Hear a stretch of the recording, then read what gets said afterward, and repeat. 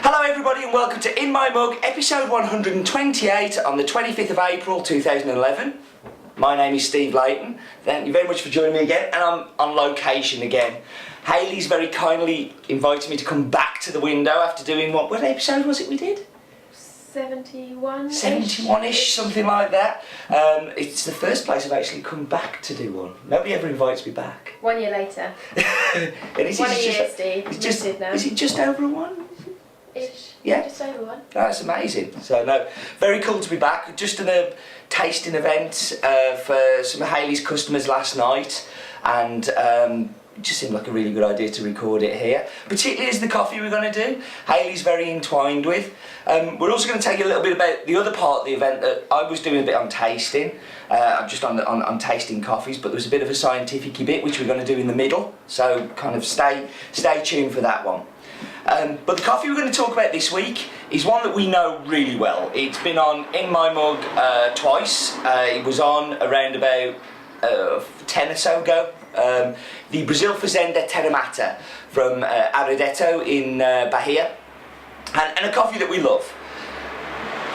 So you're going, why am I doing a coffee that I've already done? Well, the reason for doing this one is there's a long story of how Terramater came about being, and I've bored these with it already this morning, but I'm going to bore you lot with it now. So what happened was Aradetto has lots of people turn up to the farm, but very few people actually buy the coffee. In fact, nobody ever did. So the first time I turn up for a visit, you can see he's a little bit kind of like, oh great, another person to take round. So he took me around the farm, we did a tour. I fell in love with the place. I was just like so enamoured with it. It has a beautiful feeling to it. It's kind of not just it's not just a coffee farm, it has a real kind of comfortable feel to it. So we were walking around and we walked to this part where there were some pine trees, and there's a big part of the coffee trees underneath these pine trees, and all on the floor is covered in pine cones. I mean covered. So I asked the translator guy who's with me, I just said, can you ask Aradetto if the coffee tastes any different here to what it tastes in the rest of the farm? So they go, and he just looks at me and goes, I don't know. And then he's just kind of like, okay. And we moved on and thought nothing more about it. This year when I went back, as we bought all the coffee from the farm, and we'd actually backed it up with some, handing over some money for some coffee, Aradetto was a lot more happier to see me than he was the first time. Really excited about showing me the farm again, but took me to this little storeroom. And at this storeroom there were 4 bags of coffee. And he said to me, like, look, he's pointing, I'm like, I don't know what he's saying. And the translator guy catches up with us because we've literally sprinted up to this storeroom. And he's saying, Aradetto has picked the coffee from underneath the trees and kept it separate for you. There's 4 bags. So what we're going to cup today is not the standard Terramater that we cupped 10 episodes ago or whenever it was. We're going to be cupping the forest one. So some facts and figures about Terramater. Terramater is a translation as Earth Mother, because Aradetto firmly believes in the biodynamics of coffee, and we did a little video on that one which I'm going to pop a link below, so you can go and see where Aradetto talks about what biodynamics mean to him, and what it means to the state of Bahia and the world in a larger place. As I've done before on these things, my definition of biodynamics is basically giving us stuff about the people who work on the farm, giving us stuff about the animals that live on the farm, and making sure that you don't use chemicals. Yes, there's some hooky kooky stuff that goes with it, but we ignore that because we don't like it. What we do like is people looking after the farms and looking after the people who work within those. It's grown to around about 1100 metres above sea level, which is pretty standard for Bahia. It's a Typica and Nacional varietal. Nacional being a very typical old style varietal for Brazil. And the reason that Aradetto chose that as a varietal was that he wants to go back to the older ways. He wants to focus on what used to work really well in Brazil. As he sees yields lowering and he sees things that he doesn't like necessarily in coffee, Nacional is something that he clings to. I tried to find out a little bit about the varietal, and I'm kind of guessing it's some kind of Typica stroke Caturra, a hybrid kind of mix, but it's very difficult to get to the genetics of it. There's also a lot of what somebody calls locally can be called something quite different in the world. What else do I need to tell you about the farm? Owned by Aradetto and his wife. Aradetto's actually an unbelievable guy. 72, 73 years old, and he runs around like he's a sprightly teenager. So there's definitely got to be something good in that biodynamics for me. So yeah, what I'm going to do is I'm going to whack you on pause. We're going to talk a little bit about what we did last night and what is a super taster and what's not a super taster, and then we'll be going into the cupping. So hang on in there. We'll be back in a bit. Right, so we're back, and I have two guests, so we're going to introduce themselves to you. Hi, my name's Dave Hart. I've known Hayley for quite a few years.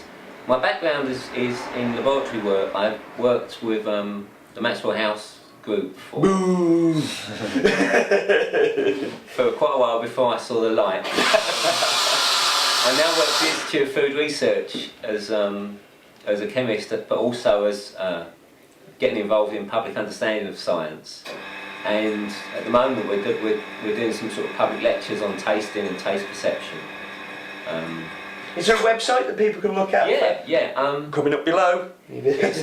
Our website is www.ifr.ac.uk, and if you are particularly interested in any of the stuff, it is all on sort of as teachers' packs on the website, so you can rip off the experiments yourself should you wish to. So then people can get all clever. That's right, yeah. And who are you? I'm Neil. The better half of Hayley. Slightly lesser half, probably. And today's guinea pig. Yes. And unfortunately, I know what's coming. He's a super taster. I I did the same test Got yesterday, and under I'm just like an average taster. I'm just a bit average. Me too. It's the reason that she fell in love with me. Yeah. Super Because tasty. he is a super taster. So tell us what super taster is and kind of what this is all about that we did yesterday. Well, we did some demos on how your sense of taste actually works yesterday. It's basically split into two halves. You've got a perception of basic taste on your tongue. There are five sort of accepted basic tastes, which are salty, bitter, sour, sweet, and something called umami, which is Japanese for deliciousness. That's what Vic Reeves used to say, wasn't it? Umami.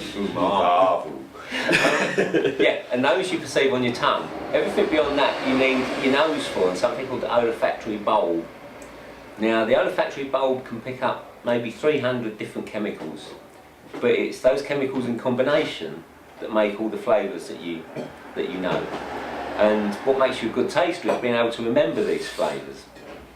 Now, how good you are with basic taste perception is to a large part genetically determined.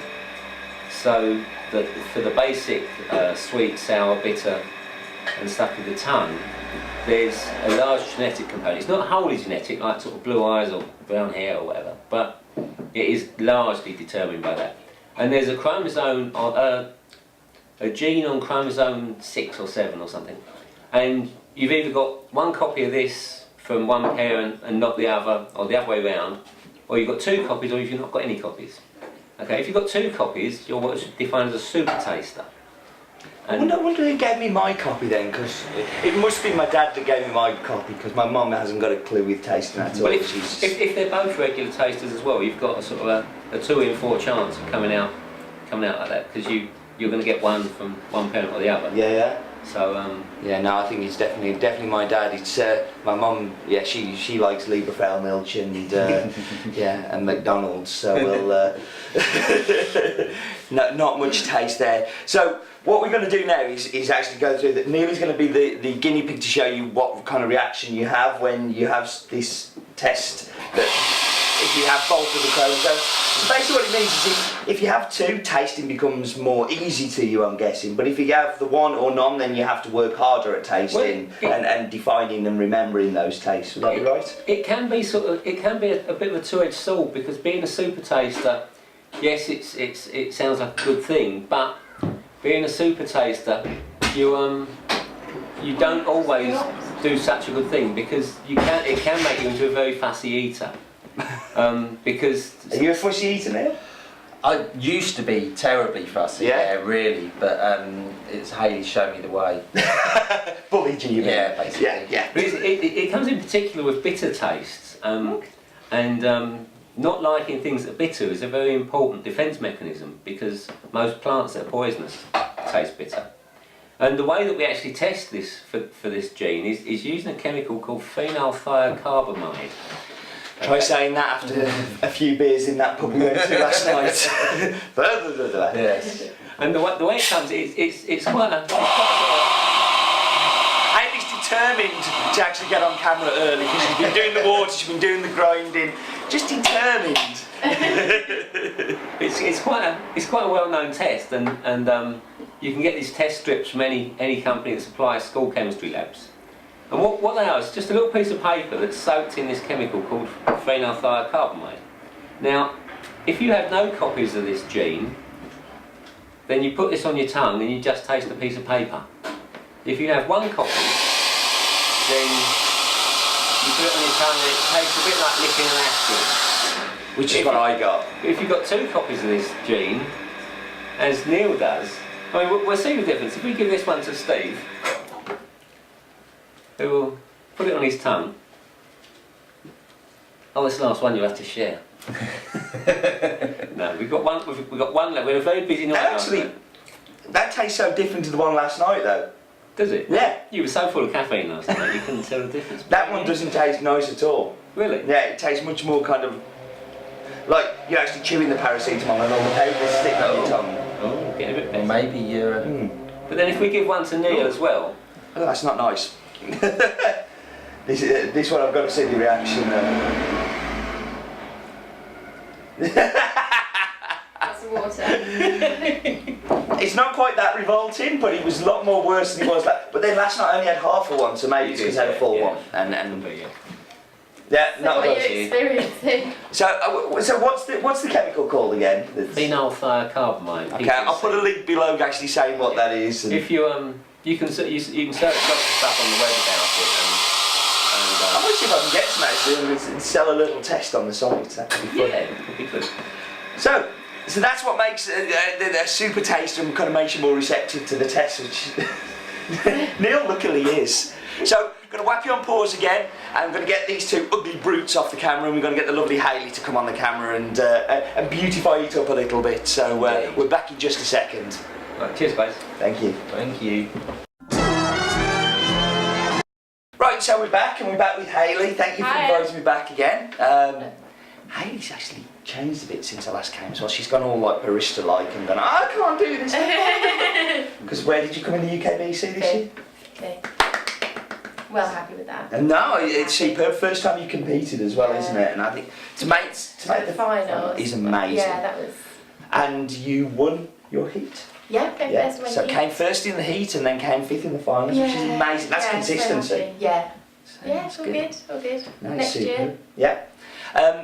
And the coffee that we're using, you kind of know quite a bit about, and you kind of really like the link with Aradetto and how we kind of came about with it, didn't you? It's one of the reasons it went into your blend a little Yeah, bit. completely. And I love his holistic approach to farming. Yeah, Because he is a I'm super all about the cool love guy. of the planet, really. Yeah, no, definitely, So I believe definitely. in him. I think it really sits well. So, if you're an In My Mug subscriber, you will have a little 60-gram sachet of the Terramater Normal. That's sold out now, so you are the only people that are going to be able to do this taste of, and this is yet another reason to be an In My Mug subscriber.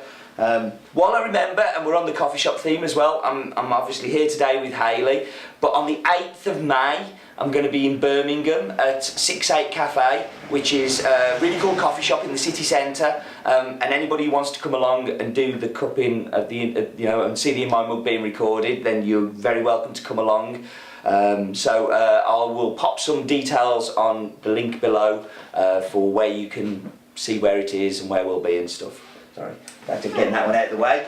But, so what we're going to do first, if we pour both of them at the same time actually, so if you pour one of those and I'll pour one of the Forest ones, so Forest is to the right, and both of these are done in the Chemex, we only have the one Chemex, so we've poured it into a jug for the other one. We're not going to be doing the espresso and the cappuccino taste off on this because I couldn't bring enough coffee to dial in and it would have taken us forever to taste.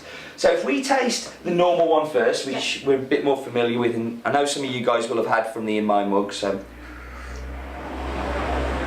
the scripts I have down for this is, it's fairly woody, I think it has a big body, it's very chewy, almost bark-like, I was going to say barley, yeah. and I think it really fits that one. It's not For a pulp natural coffee, you normally expect sweetness. You normally expect it to be kind of quite, you know, caramelly and toffee-like and all the sugars, but it isn't, is it? No.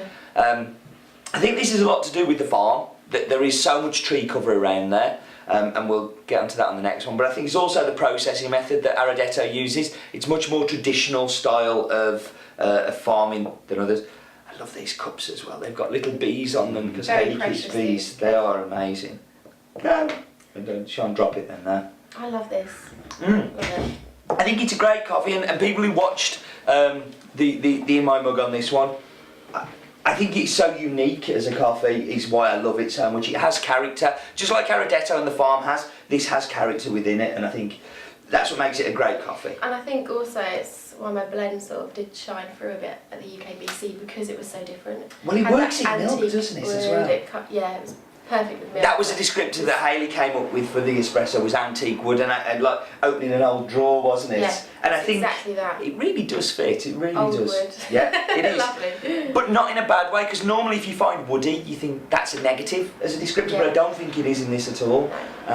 There is an underlying sweetness, but it's right at the bottom of the cup, It's isn't definitely it? there, yeah.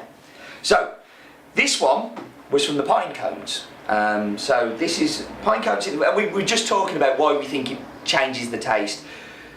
Part of it is the pine cones, I'm sure. The other part is needles, so the needles falling off the tree. But also it's really going to change the pH of the soil. So it's going to be very acidic, which is going to make the plant react differently. Also the tree's going to offer lots of cover, so the maturation of the cherry is going to be much slower. So what do you think? It's antiseptic actually. It's healing. It has more it's a acidity. healing coffee. It actually has more acidity, Yeah, doesn't it's a lot brighter. There's more acidity to it.